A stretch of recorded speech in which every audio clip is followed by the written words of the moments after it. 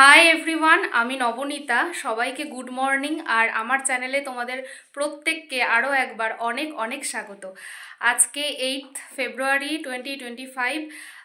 এখন বাজে ঘড়িতে সকাল 8:30। আর আমরা বেরোচ্ছি আমাদের একটা ড্রিম ট্রিপে। আমরা যাচ্ছি কেরালায়। তো আমরা এখন ঘর থেকে বেরোবো। আর আমি আজকে থেকে ব্লগটা এখন থেকে ব্লগটা কন্টিনিউ করব।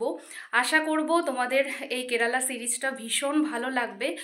প্রত্যেকটা জায়গায় আমরা যেখানে যেখানে এক্সপ্লোর করব আমি চেষ্টা করব সেই সমস্ত তথ্য এবং ছবি ভিডিওগ্রাফির মাধ্যমে তোমাদেরকে তুলে ধরার। তো আশা করছি তোমাদেরও ভীষণ ভালো লাগবে। তো আজকে আমরা বেরোচ্ছি আর আমাদের ফ্লাইট রয়েছে 12:10-এ। তো তোমরা পুরো ভিডিওটা কিন্তু কন্টিনিউ দেখবে। লিফটে চলো।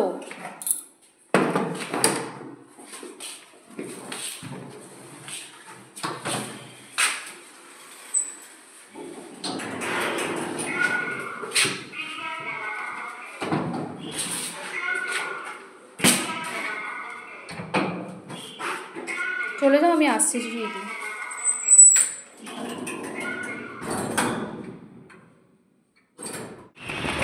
সো আমরা এখন বাসে করে নামলাম এয়ারপোর্ট 1 নম্বর গেটের সামনে। আর আমরা এখন হেঁটে হেঁটেই যাচ্ছি এয়ারপোর্টের দিকে। তো তোমাদেরকে একটা কথা বলে রাখি, যেহেতু আমরা বারাসাতে থাকি, আমাদের বাড়ির সামনেই খুব কাছেই বাস স্টপেজ। তো আমরা আর কোনো ক্যাব বুক করিনি। আমরা বাস L238 যে বাসগুলো হয়, তো সেটা করেই চলে এসেছি। খুব স্পিডে আসে বাসগুলো আর বেশিক্ষণ লাগে না। আমরা বাসে উঠলাম 8:30 বা 8:35 নাগাদ, আর এখন প্রায় 9:10 মতন বাজে। তো আমরা ধীরে ধীরে এগোচ্ছি এয়ারপোর্টের দিকে। আমাদের ড্রিম ট্রিপ এটা বলতে পারো, কারণ উইশলিস্টে আমরা এই কেরালাটাকে রেখেছিলাম। গত বছরই ভেবেছিলাম আসবো, কিন্তু গত বছর আমরা কেরালায় না গিয়ে গেছিলাম গোয়াতে। তো এই বছর ফাইনালি আমরা যাচ্ছি। ভীষণ এক্সাইটমেন্ট তো রয়েছেই দুজনের, তার সাথে আমরা দুজনেই একটু একটু নার্ভাসও রয়েছি। আর আমরা কিন্তু কোনো ট্যুর ট্রাভেল এজেন্সি বা কোনো গাইড এনাদের সাথে যাচ্ছি না। পুরো ট্রিপটাই আমরা দুজনে মিলে প্ল্যানিং করে, আগের দুটোও তাই করেছি। আগের 3টে আন্দামান আমাদের হানিমুন আমরা গেছিলাম, সেটাও আমরা নিজেরা প্ল্যানিং করে। তারপর দার্জিলিং গেছিলাম, সেটাও। তারপর গোয়াতে গেছিলাম, সেটাও। আর এখন হচ্ছে কেরালা। আমরা সব সময় চেষ্টা করি নিজেরা অনেক দিন ধরে প্ল্যান সাজিয়ে প্ল্যান করে সেটা এক্সপ্লোর করতে। সেটার একটা আলাদাই মজা হয়। তো যাই হোক, আমরা ধীরে ধীরে এগোচ্ছি এয়ারপোর্টের দিকে।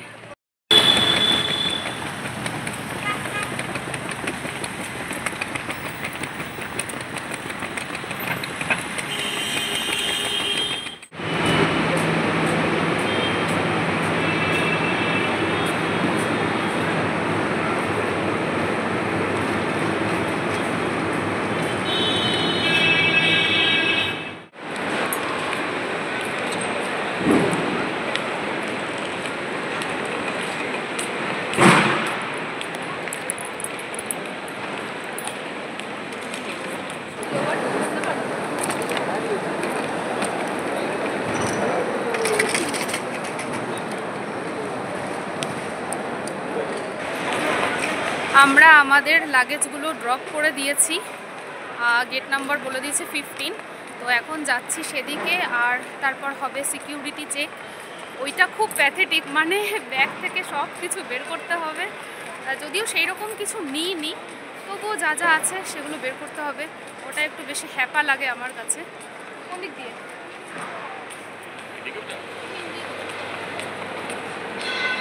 লাগেজ ড্রপ করতে বেশ খানিকটা সময় চলে গেছে। অলরেডি এখন 10টা বাজে। আমাদের বোর্ডিং হলো, ফাইনালি অনেকক্ষণ ওয়েট করার পর। তো সুপার ডুপার এক্সাইটেড। ভেতরে ঢুকে কথা বলছি। আমাদের ফ্লাইট আর কিছুক্ষণের মধ্যেই টেক অফ করবে। বহু দিনের অপেক্ষার অবসানও হতে চলেছে আজকে, কারণ এই ট্রিপটা নিয়ে আমরা দুজনেই খুব এক্সাইটেড ছিলাম। তো ফাইনালি ইটস অন।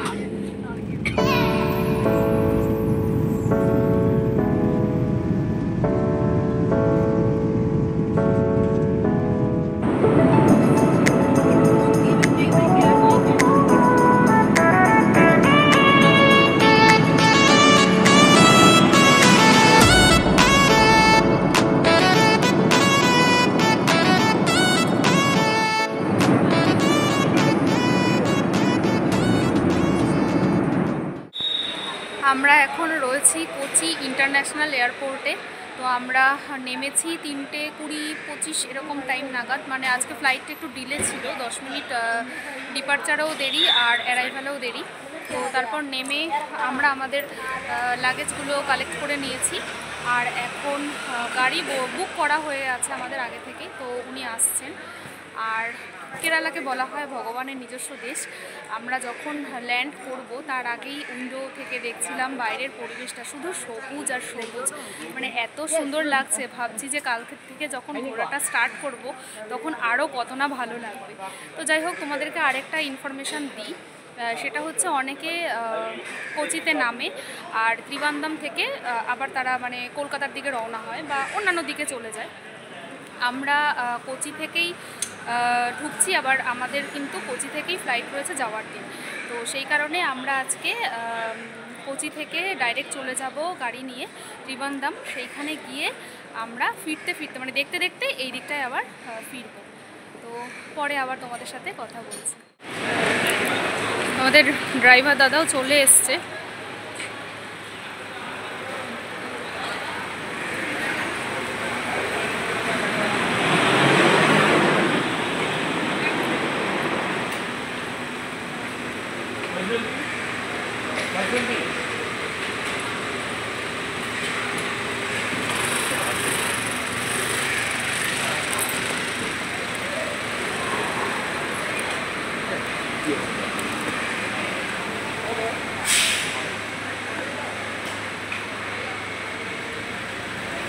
आप कल कन्फर्म के इसके और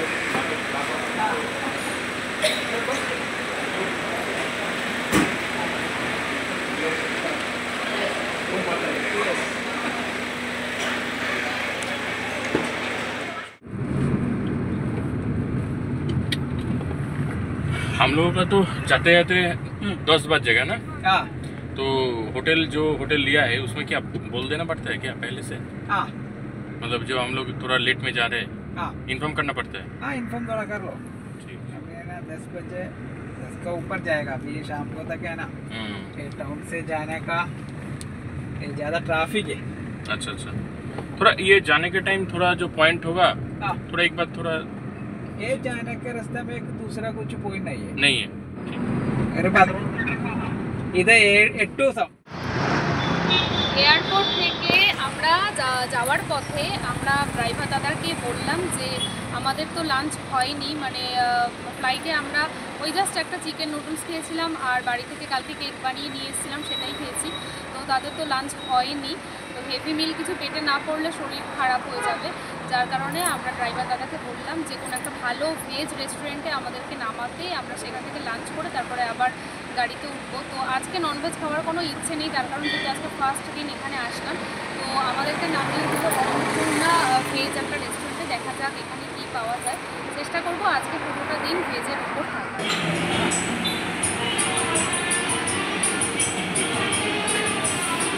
এয়ারপোর্ট নেমে দেখলাম বেশ গরম, তাই ফার্স্টে একটা লাইম সোডা অর্ডার করে নিলাম, এটাকে বেশ একটু রিফ্রেশিং লাগবে।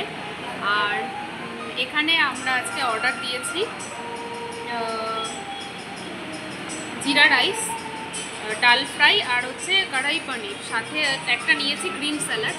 তো কেরালায় ডে 1-এর ফার্স্ট লাঞ্চ আমরা এখান থেকে করছি।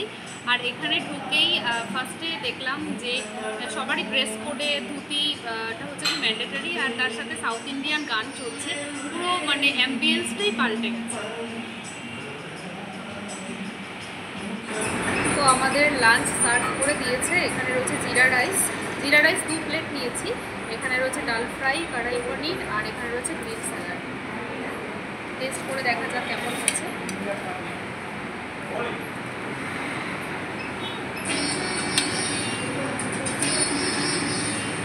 দারুণ করে ডাল ফ্রাইটা তো খুব ভালো লাগছে।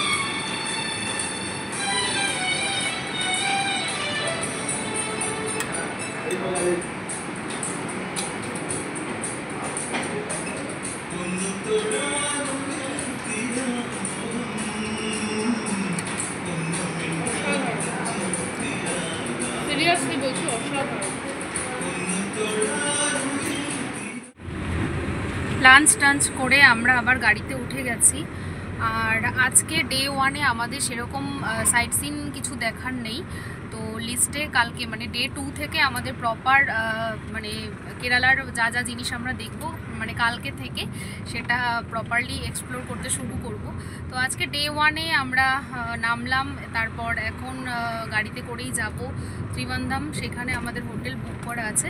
তো আজকের দিনটা এভাবেই কাটাবো, বাড়িতে মানে রুমে গিয়ে রুম ট্যুরটা তোমাদের সাথে অ্যাকচুয়ালি শেয়ার আমাদের করব। ত্রিবান্ধামে রুম বুক নেই, আমাদের রুম বুক আছে কোভলামে।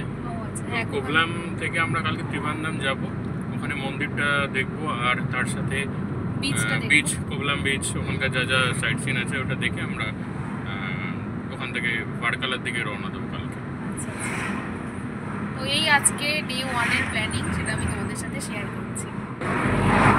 এখন ঘড়িতে বাজে 5:25 আর আমাদের হোটেলে পৌঁছতে পৌঁছতে মোস্ট প্রবাবলি মানে কম করে 10টা মতন বাজবে।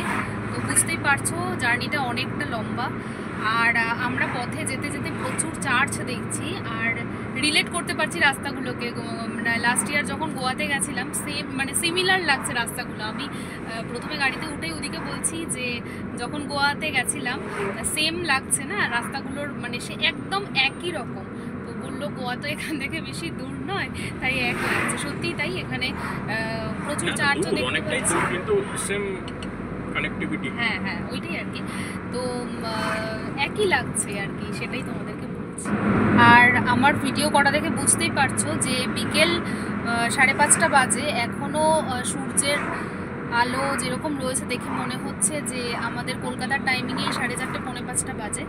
তো আমার মনে হলো যে এখানে সূর্যাস্তটা একটু দেরি করেই হয়। তো ড্রাইভার দাদাকে জিজ্ঞেস করলাম যে এখানে কি অনেক দেরি করে হয় সূর্যাস্ত? বললো যে হ্যাঁ 6:50 নাগাদ মানে 7টা ওই রকম নাগাদ সূর্যাস্ত হয়। আর তার জন্য সানরাইজটাও আর কি দেরি করে হয়। তো সিমিলার লাগছে গোয়ার সাথে সব কিছু।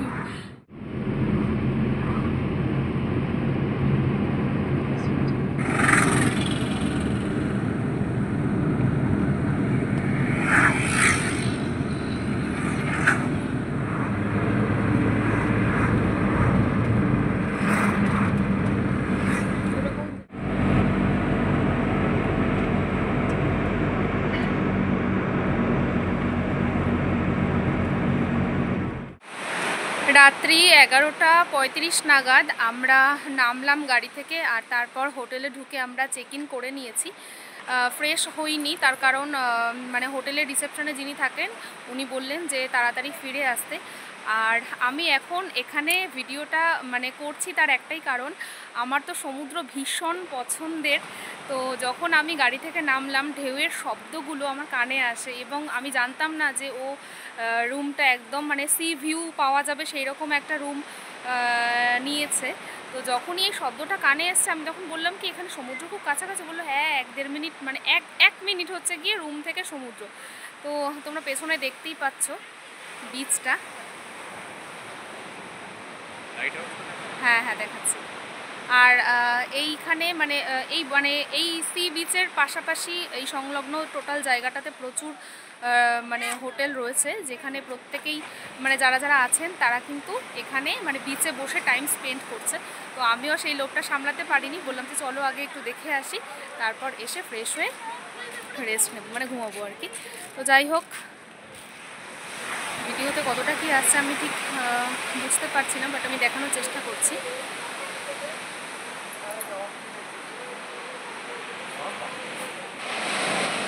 আর ওইখানে রয়েছে লাইট হাউস, যেটা কালকে সকালে আমরা ভিজিট করব। অলরেডি এখন যেহেতু অনেক রাত সেই জন্য মানে একটা লাইটের রিফ্লেকশন তোমরা দেখতেই পাচ্ছ, ভীষণ সুন্দর লাগছে, মানে অপূর্ব সুন্দর লাগছে।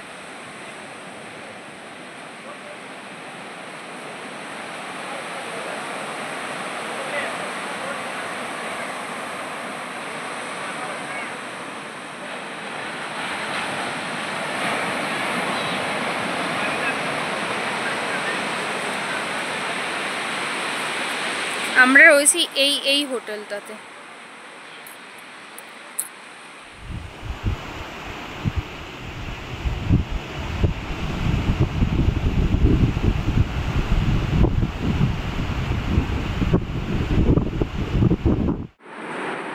আমরা সি বিচ ঘুরে এই জাস্ট আসলাম, এখন ফ্রেশ হয়ে ঘুমিয়ে পড়বো। তো তার আগেই তোমাদের সাথে আমি একটু চাইছি রুম টুরটা শেয়ার করতে। তো এদিকে হচ্ছে রুমের ডোর, যেটা খুললেই মানে বিচটা দেখতে পাবো। তো লক করে দিয়েছি বলে আমরা খুলে দেখাচ্ছি না, কাল সকালে দেখাবো। এখানে একটা এরকম আলমারি রয়েছে, তার সাথে এরকম একটা মানে এটা শু কেস হিসাবেও ইউজ করা যায়, প্লাস কোনো টেবিল হিসাবেও ব্যবহার করা যায়। এদিকে একটা মিরর রয়েছে, শুধু যা দেখছি একটু লাইটের সমস্যা রয়েছে, বললে হয়তো চেঞ্জ করে দেবে, আমরা কিছু বলিনি। এখানে এরকম একটা ডেস্ক রয়েছে, ড্রয়ার রয়েছে, অনেক কিছু রাখা যাবে এখানে। আর এটা রয়েছে বেড। আর আমি জেনারেলি ওয়াশরুমটা দেখাই না, আমি এখনো চাইছি না দেখাতে, বাট ওয়াশরুমটা সত্যি খুব নিট অ্যান্ড ক্লিন, ঠিক আছে। আর এইদিকে কি আছে আমি একটু দেখি শুনবো।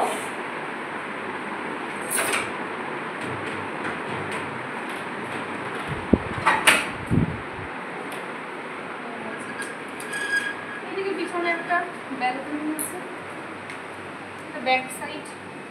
এখানে দুটো চেয়ার রাখা আছে, একটা সেন্টার টেবিল রাখা আছে, আর এখানে একটা এমনি টেবিল রাখা আছে। এটা ব্যাক সাইডটা পড়ছে।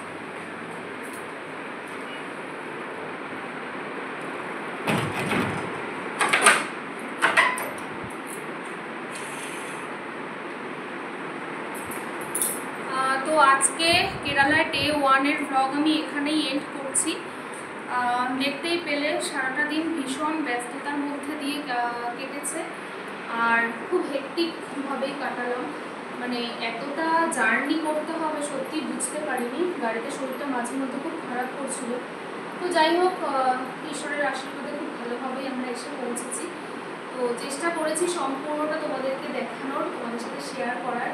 আশা করছি আমার এই ব্লগটা তোমাদের ভীষণ ভালো লাগবে।